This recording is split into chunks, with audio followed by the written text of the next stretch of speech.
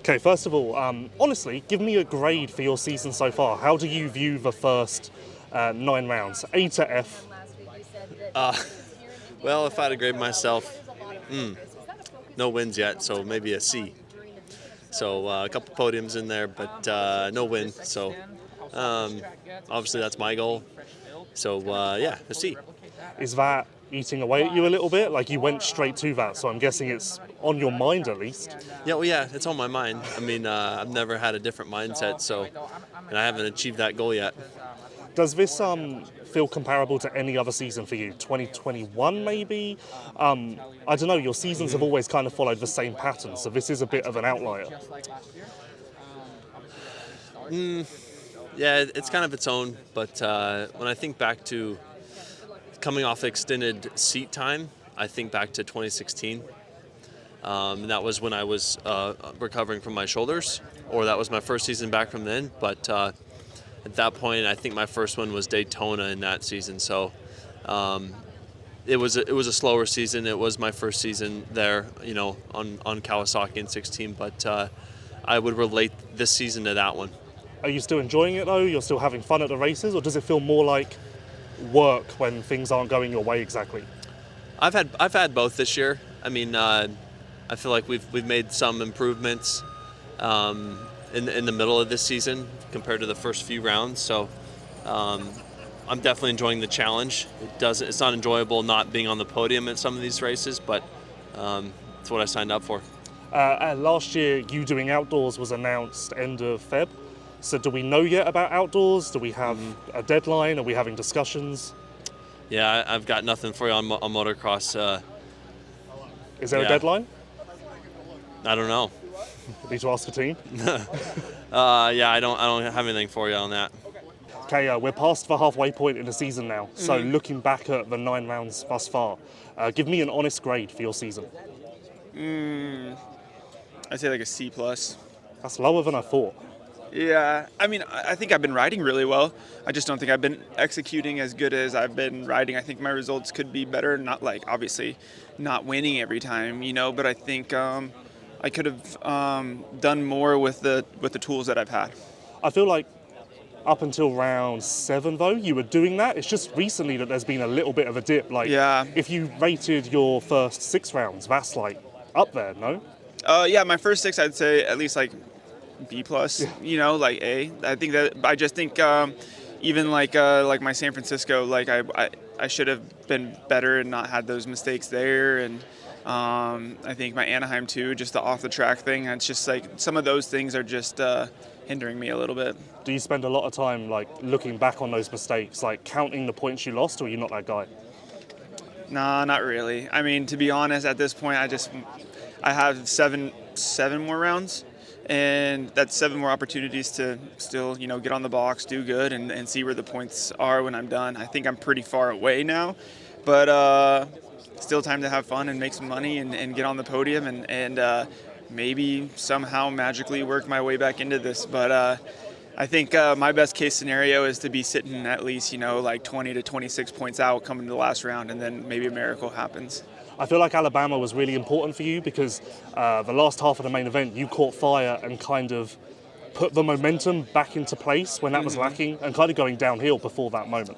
Yeah, I kind of honestly in Alabama, I kind of rode around all day, not that fast. And then in the main event, I just got better. I don't really even know what I did. I didn't change anything on my bike or anything like that, but I started having fun, and I think sometimes that's a little bit key is whenever you kind of get into the groove, the track, when it's rutted and stuff like that, it makes it a little easier. Okay, we don't have much time, but looking back on the first 9 rounds, if you had to give yourself an honest grade for your season so far, what are we looking at? I think if it's, let's say from 1 to 10, 10 being best, I would say that I'm probably about a 7.5. I've been really good for most of the rounds, and definitely a couple of lows, but at the same time, we're still in the midst of the season, and I feel like I've always given everything I have on the track, so no matter the result. So yeah, I would say my season so far has been going pretty good. Do you feel like the lows were just racing incidents, like just stuff that happens, or have you tried to examine those a little more?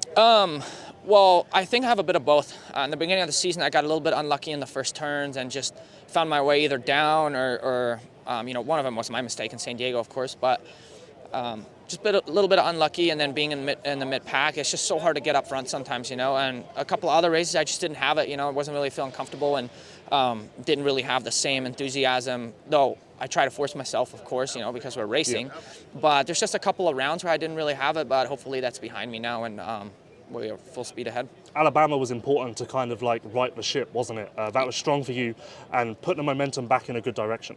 Yeah, absolutely. On the riding side of things, for me, if I want to win, I have to start further up front. And that didn't happen, but still coming from mid-pack to third, I made some really important passes and good passes, and just finding myself back on the box. I think nowadays being on the box is huge for me, and I take those all in, and hopefully we can have a few more under our belt here in these next few rounds. Last one, how do you feel like in yourself today after a hard week of training? Like, do you feel like this is going to be a good weekend? Can you tell this early? You seem to always touch on that thing. It's just something that, right now I feel good and I'm solid.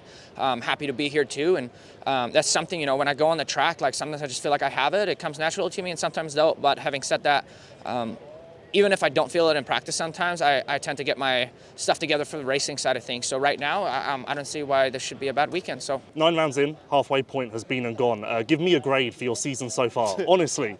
Yeah, probably like a B-. It hasn't been horrible, but it hasn't been really that good, to be honest. My riding hasn't been good, and overall, I feel like I've just been in a little bit of a hole. So,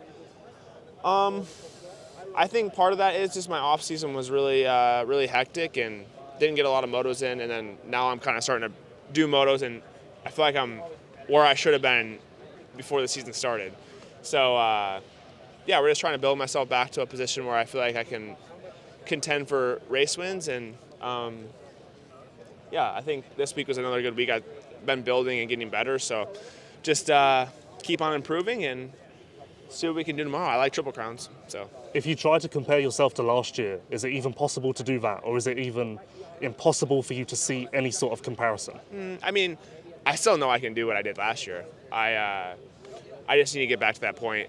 As far as my riding, and last year I had a really good. I didn't really do anything but motos last year, and this year I didn't really do any motos. So a lot of bike time was missed, and it's tough and not where we want to be, but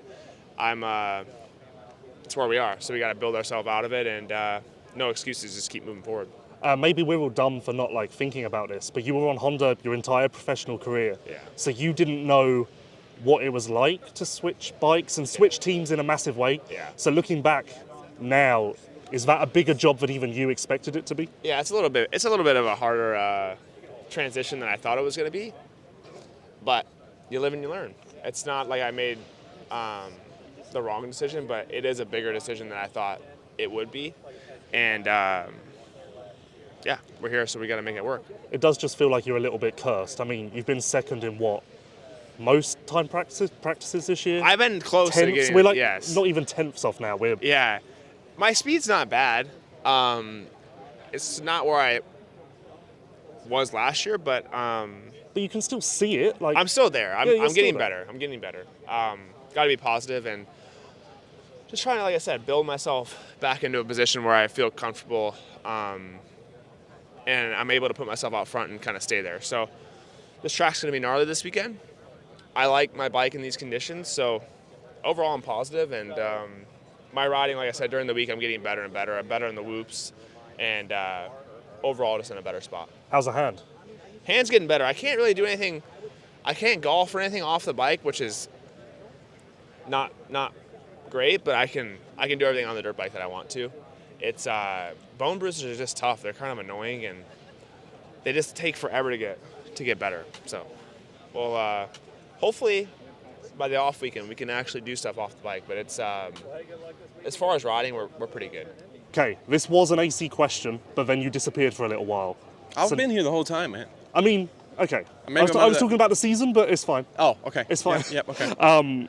So, looking back at your career so far, If you had to pick one of these things that you could have been better at, or maybe it just wasn't your strength, what would it be? A, communication. B, acceptance of criticism. Or C, mental contentment. Mental what? Contentment. Oh, mental contentment. 100% would have made things go a lot differently for me. I've been pretty vocal about it, but hindsight's 2020. So I don't look back and regret anything, because I felt that I've always done things as intentional as possible, and I feel I've done my best with the information and kind of where I was at the time, right?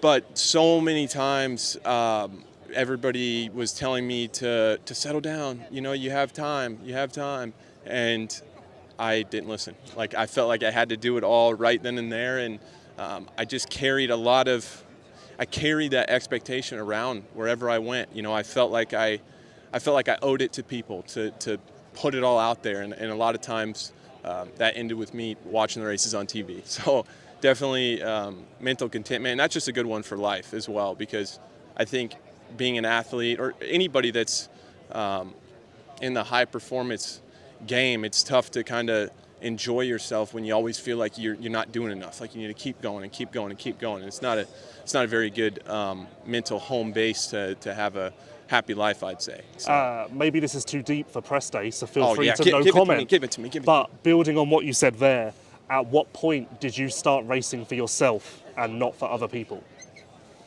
Oh man, 2 years ago, maybe. Oh, it took me That's a tough beat.